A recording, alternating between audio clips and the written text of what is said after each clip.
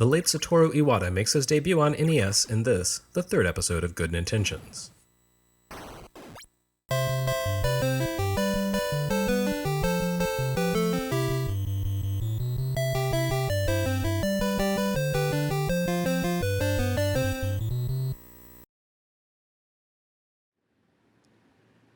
If you were to design the perfect person to lead a video game company, you'd want someone who understood electrical engineering, who understood software design, and who understood business.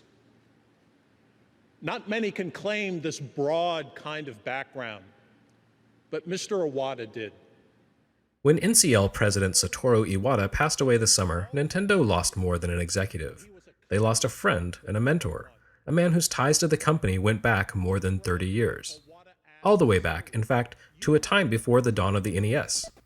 In the earliest days of the Famicom, Nintendo began contemplating international ambitions for its console, looking beyond the bounds of Japan to the larger markets beyond.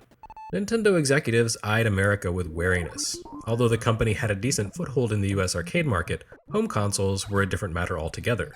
Their relationships with vending distribution networks had no value whatsoever when it came to the world of toy and electronics retailers. Realizing what an uphill battle they'd need to fight in order to go it alone in America, Nintendo initiated talks with a company that hadn't simply fared best in the US console market, it had created the category altogether. Attention shoppers, the new Atari cartridge game is in. Excuse me. Uh-oh, George again. Ooh, Atari's ASCII battle. It comes with 27 games, but that's just for starters. You can get 9 cartridges, 187 games. Blackjack. Had things worked out differently, we might have seen the NES released here under the Atari banner. Or, possibly, we might never have seen the NES, period, if Atari had licensed it and sat on it to prevent a strong foreign competitor from muscling in on its business. We'll never know, though, because those talks transpired in 1983, after the bottom had begun to fall out from the US console market. Atari was in no position to bring a new console to market. At the time, it was developing a system similar in power to the NES, the 7800, and that would sit dormant for several years before finally reaching the shelves after the NES arrived under Nintendo's own imprint. The Nintendo-Atari talks fell through, obviously, and probably for the best.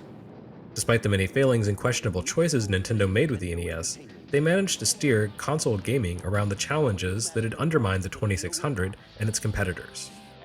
At the time, though, Nintendo couldn't see the future and made an earnest effort to ally itself with Atari. In fact, according to a Gama Sutra interview with HAL's Yash Terakura, Nintendo approached the American games giant with a demo reel of sorts, 4 classic American arcade titles that had been ported to the Famicom hardware to demonstrate how well Nintendo's machine could handle creations that would have been more familiar to Atari's execs. When the prospective Atari partnership fell through, those games vanished into the vaults for several years until HAL decided to publish them on their own in the West. 3 of the 4 made it to market: Defender 2,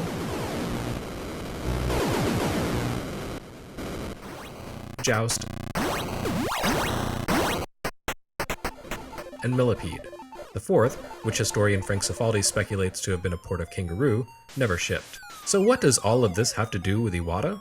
Simple, he had been the one who ported at least one of the games, Joust. As a huge computer nerd in the late 70s and early 80s, Iwata essentially cold-called Nintendo after he heard about the Famicom, hoping to score some work. Rather than simply send him packing, the future gaming giant put him to work right away. Iwata, as it turned out, had something Nintendo desperately needed: intimate knowledge of the Famicom's CPU, which was a variant of the CMOS 6502 that powered Iwata's PC of choice, the Commodore PET. While 6502-based computers were quite common in the US, besides the PET there was also a little thing called the Apple II, they were remarkably scarce in Japan. Zilog's Z80 processor had much better traction over there, appearing in a number of computers, including NEC's PC6001 and Sharp's X1. Z80 also powered Nintendo's immediate competitors in 1983, the MSX Computer Standard and Sega's SG-1000. The Famicom's reliance on an unfamiliar foreign chip standard made qualified programmers hard to come by. In the days before third-party licensees, Nintendo had to come up with its own games to flesh out the Famicom library, and that made Iwata's expertise invaluable. Iwata's spec Joust conversions for Atari may have gone nowhere, but his next project fared far better: Nintendo's original Pinball for NES.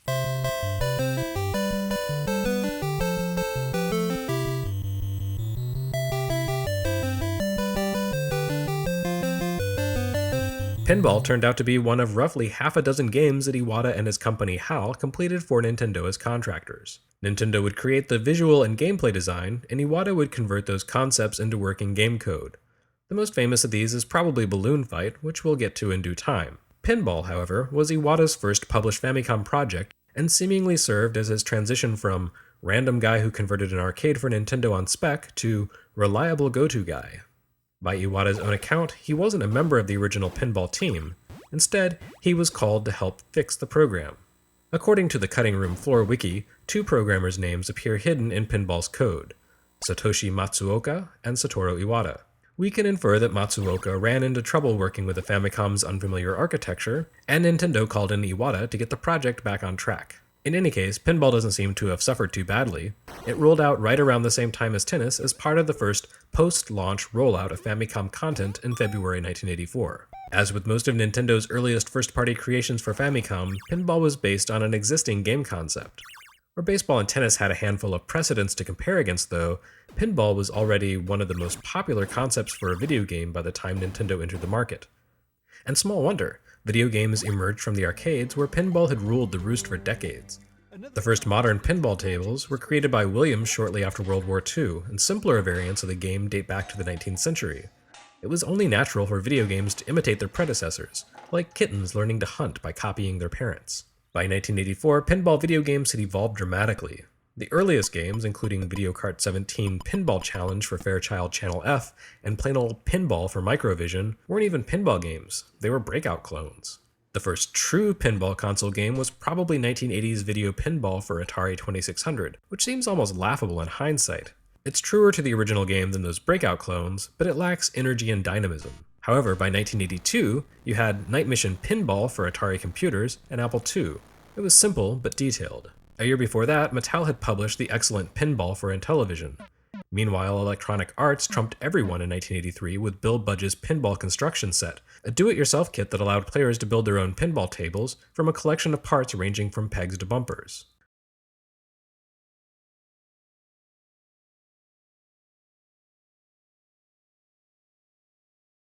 With so many games existing as precedent, Nintendo's Pinball offered very little new to the genre, but, as with both baseball and tennis, its advantage came in its refinement. If tennis was likely based on Data East's Super Doubles Tennis, it's not hard to imagine Pinball drew similar inspiration from Intellivision Pinball. Both games used a multi-screen setup unique among other video pinball simulations. In order to preserve the verticality of a true pinball table while still displaying graphics that took full advantage of a horizontal television screen, the virtual tables in both games spanned multiple screens, and the screen layout would change as the ball traveled from one portion of the table to the next.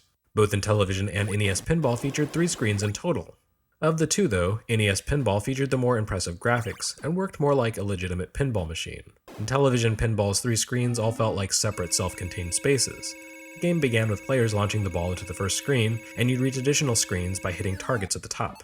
On NES, however, it worked differently. You launched the ball from the bottom of one screen, and it would arc up to a second screen above. This simple visual embellishment made NES Pinball feel like a single contiguous table, with the ball initially entering the top half and eventually dropping back down to the lower half if you let it slip past the bumpers. You could get the ball back up to the top section if you were very good, but there was a definite sense of progression to the action.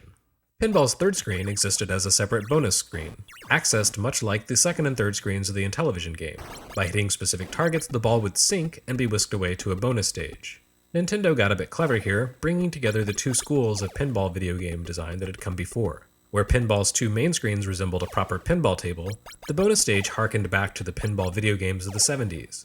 It was less pinball and more breakout. This sequence also brought together a lot of Nintendo's own history as well. After all, the NES was made possible in large part through technical learnings and business relationships that resulted from Nintendo's dedicated breakout clones. And then there was the cameo. The paddle for the breakout-style game was a small girder held aloft by Mario, and your goal with the minigame was to use the pinball to break away bricks holding up Pauline. Once you cleared away the ground beneath her, Pauline would fall to the area below. If you could catch Pauline and escort her safely to the edge of the screen without missing the ball, you'd rack up a tidy bonus.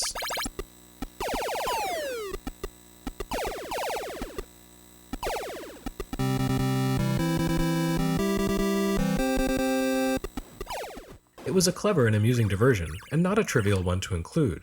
ROM space in the old black box games came at a premium, so dedicating an entire screen to a separate game mode with its own rules took some doing. I wouldn't be surprised that the complexity of incorporating this extra sequence had something to do with Nintendo's need to send up the Iwata signal. And Iwata may have brought more to pinball than merely 6502 programming chops. A year before the Famicom game debuted, HAL published a game called Pinball Spectacular for Commodore 64. Given the tiny size of HAL in 1983 and the C64's similarities to the PET's architecture, it's not too far-fetched to assume Iwata had worked on Pinball Spectacular in some capacity. Interestingly, though, Pinball Spectacular harkens back more to the Fairchild Channel F take on the game, which is to say it's more like a breakout game than a true pinball game, much like the bonus mode in the NES version. While there's no concrete information about the development of pinball out in the wild beyond Iwata's being called in to help out with programming duties, these connections are worth noting, as they likely help shape the direction of one of Nintendo's first original home console creations. And even beyond the amusing bonus mode, pinball holds up today. It's simple, sure, especially compared to modern pinball games, or even Naxat's fantasy-style TurboGrafx-16 pinball sims. But the physics are spot on, and the ball, which appears quite large compared to the balls in previous console pinball titles, moves smoothly about the table. The two main table screens are packed with all the little details and interactive objects you'd expect to see on a real pinball table. Drop targets, bumpers, spinners, and more. The flippers have multiple levels of responsiveness depending on how long you hold the buttons. It's not true analog control, but a reasonable facsimile. You can activate a gate to block off the gutter by winning the roulette on the upper screen, or flipping the card icons on the bottom screen.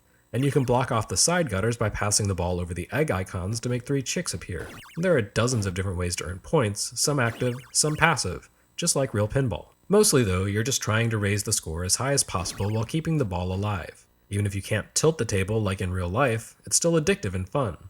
Although there had been plenty of respectable pinball video games by the time Nintendo's Famicom game made its debut, I'd argue that this was the first legitimately great take on the electromechanical classic. The smooth animation, responsive controls and physics, and great table and bonus design add up to an excellent package that holds up quite nicely more than 30 years later. Throw in the fact that it holds such an important place in Nintendo's creative legacy thanks to Mr. Iwata's involvement, and you have a legitimate classic, not just a wishy-washy, it was good for its time affair. Pinball's status in Nintendo's pantheon has ensured that it hasn't been out of print since about 2001. It appeared as an Animal Crossing bonus on GameCube, as an e-reader card set for Game Boy Advance, and on all 3 variants of Virtual Console. For those who want a bonus challenge, though, be sure to track down the Versus System version of the game. Unlike baseball and tennis, the arcade port of pinball had quite a few differences from its console predecessor, including revamped sound and graphics, alternate scoring tallies, and more. However you play it though, pinball's a great pick-up-and-play video game, a fun time waster to kill 15 minutes. Or you could check out its spiritual successors. HAL built on pinball several times over the years, including the very similar Revenge of the Gator for Game Boy,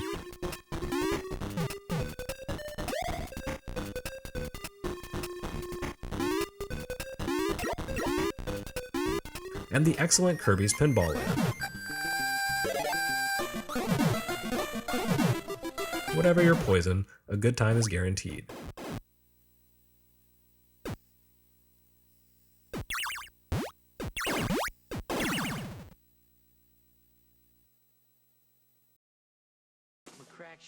Next on Good Intentions, the NES gets its first baby's toy.